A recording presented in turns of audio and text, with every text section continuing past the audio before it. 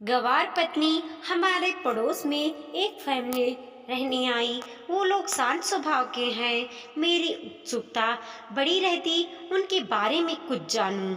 हम औरतों की तो ये बीमारी ही है, दूसरों के बारे में जानना, दोस्ती करना, गॉसिप करना। मैं हमेशा ताक में रहती उनसे बात करने को। एक दिन ये मौका मिल ही गया। मेरी पड़ोसन अपने बच्चों को स्कूल छोड़कर आ रही थी। मैं बोली, आप तो दिखती ही नहीं, कैसी हैं आप? नई जगह हैं, कोई दिक्कत हो तो बताइएगा। वो मुस्कुराई और बोली, हाँ जरूर। फिर वो ये बोलकर चली गई कि सारे काम पड़े हैं। एक दिन वो मुझे दिखी। इस बार वो मेरे पास आई और बोली, आज शाम को मेरे घर चाय पर मिलते हैं। मैं तो खुश ही हो गई। मैं शाम 4 बजे उनके घर पहुंची। उनका घर काफी करीने से सजाया था। छोटे से बच्चे के साथ भी उन्होंने कितने अच्छे से सब मैनेज किया था। एक भी चीज इधर उधर नहीं थी। मैंने तो पूछ ही लिया, कैसे सब कर लेते हो आप? जवाब में फिर वही प्यारी सी मुस्कान। उस दिन हमने खूब मजा किया। हमारी तो अच्छी दोस्ती हो गई। उनका नाम आशा है। अब हम तो रोज मिलते रहते। मुझे बहुत अच्छी लगती वो। एक दिन उनके घर से तेज आवाज आ रही थी, गवार हो तुम, एकदम गवार। मुझे तो बस इतना ही समझ में आया, लेकिन उनके पति पता नहीं और क्या क्या बोल रहे थे। यह सुन के मैं थोड़ी चिंतित और दुखी हो गई। पूरी रात करवटें लेके बीते। मेरे मन में बस यही आ रहा था, आशा जी और गवार इतनी शांत, सुशील, पढ़ी लिखी भी हैं, फिर वो गवार कैसे हो गईं? यही सब सोचते सोचते मुझे नींद आई। दूसरे दिन जैसे ही मेरे पति गए, मैं उनसे मिलने को बेताब थी, लेकिन मैं उनके पास जाती तो शायद उन्हें बुरा लगता, सो मैं उनके घर नहीं जा रही थी। दोपहर में मेरी डोरबेल बजी। मैं भाग के गई, देखा सामने आशा जी हैं। मैं मुस्कुराई और हम अंदर आ गए। वह नॉर्मल लग रही थी। मैं चाय बना लाई। फिर बातों को सिलसिला चल निकला। मुझसे रहा नहीं गया। मैं पूछ बैठी, क्या हुआ था कल? आशा थोड़ी गंभीर हुई। फिर बोली, मुझे सजना संवरना नहीं आता ना ही मैं मॉडर्न कपड़े पहनती हूँ, ना अंग्रेजी बोलती हूँ, ना शराब पीती हूँ, घर के कामों में ही लगी रहती हूँ। तो हुई ना मैं गवार? रमा, यहाँ शो ऑफ करो तो मॉडर्न, नहीं तो गवार। लेकिन खुश हूँ मैंने भी कल कह दिया, बहुत हुआ। अब मैं ऐसी ही हूँ। मेरे साथ रहना है तो रहिए, वरना मैं अकेले जी सकती हूँ। गवार नहीं हूँ मैं। दरअसल कल इनके ऑफिस पार्टी में मैं साड़ी पहन के गई थी। वहाँ मैं ना किसी के साथ नाची, ना शराब पी, ना इंग्लिश में बातें की। ऊपर से इनके बॉस जो मुझे टच करने की कोशिश कर रहे थे, उनका झिड़क दिया मैंने। बस पूरी बात जाने बिना ये मुझे ही गवार बना दिए। बताओ मैं कहाँ गलत हूँ? कुछ देर बाद ही मेरी डोरबेल बजी। मैं दरवाज़ा खोली तो आशा के पति थे। उनके हाथों में फूलों का गुलदस्ता और सॉरी के कार्ड और मिठाई का डिब्बा था। वो मेरे घर आए और मैं वहाँ हूँ इसका परवाह किए बिना आशा जी को सॉरी बोले और पूछे, सर की हरकतों के बारे में मुझे क्यों नहीं बताया? और ये भी बताया कि सब उनकी कितनी तारीफ कर रहे थे। उनकी सादगी ने सबका दिल जीत लिया था। आशा के पति की महिला सहकर्मी ने सर की हरकतों के बारे में उन्हें बता दिया था। मेरी तो जान में जान आई और दोनों का प्यार देख के खुश भी हुई। एक गलतफहमी इनके रिश्ते को आज बिगाड़ ही देता। आज आशा के पति को समझ में आया उनकी बीवी गवार नहीं बल्कि एक शांत और सुशील महिला हैं जो बुराई के खिलाफ लड़ भी सकती हैं। वो कहते हैं ना, घर की मुर्गी ताल बराबर। आज उनकी बहुत बड़ी गलतफहमी दूर हो गई। भाभी को देखभाल के लिए भेज दीजिए। क्या कहा डॉक्टर ने?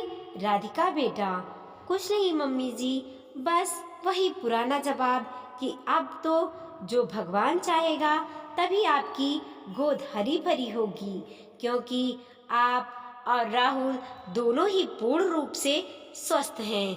तो फिर बेटा, डॉक्टर के ऊपर विश्वास करके सब कुछ भगवान पे छोड़ दो। समय बड़ा बलवान है, वही सब कुछ संभालेगा। जी मम्मी जी, राधिका मायूसी भरे स्वर में बोल पड़ी। राहुल और राधिका की शादी को 12 वर्ष व्यतीत हो चुके थे, लेकिन अभी तक उसका जीवन बच्चों की किलकारियों से अछता था। जब राहुल और राधिका की शादी हुई तो दोनों ने निर्णय लिया था कि उनके बच्चे का नाम निकंज होगा, चाहे बेटा हो या बेटी। लेकिन उन लोगों का ख्वाब अभी भी पूरा नहीं हुआ था। राधिका की जितनी भी साथ की सखी सहेलियों की शादी हुई, सबकी गोद भर गई थी। यहाँ तक कि ननद जूही की भी शादी उसके शादी के 2 साल बाद हुई और उसके आंगन में भी 2 प्यारे प्यारे बच्चों की किलकारियाँ गूंजती। ना जाने कितने डॉक्टर से संपर्क साध चुके थे राहुल और राधिका, लेकिन सबको यही कहता कि आप समय पर छोड़ दीजिए। लेकिन धीरे धीरे राधिका के मन में हताशा घर करने लगी थी। मोहिनी भी अपनी बहू का कुमलाया सा चेहरा देखकर उदास हो जाती, लेकिन राधिका के सामने बिल्कुल जाहिर नहीं करती, बल्कि उसको उल्टा धैर्य बंधाती। लेकिन कहीं ना कहीं मोहिनी के मन में भी लालसा थी अपने आंगन में एक फूल खिलने की। जब जूही मायके आती तो पूरा घर खुशियों से भर जाता। आज भी राधिका को किसी डॉक्टर के विषय में पता चला तो फिर से कुछ उम्मीद जगी, लेकिन उस डॉक्टर ने भी वही जवाब दे दिया।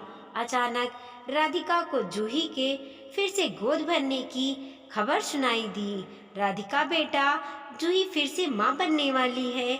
मोहिनी को ये खबर राधिका को सुनाते हुए बहुत दुख भी हो रहा था, और ये छुपाती तो राधिका को और भी बुरा लगता।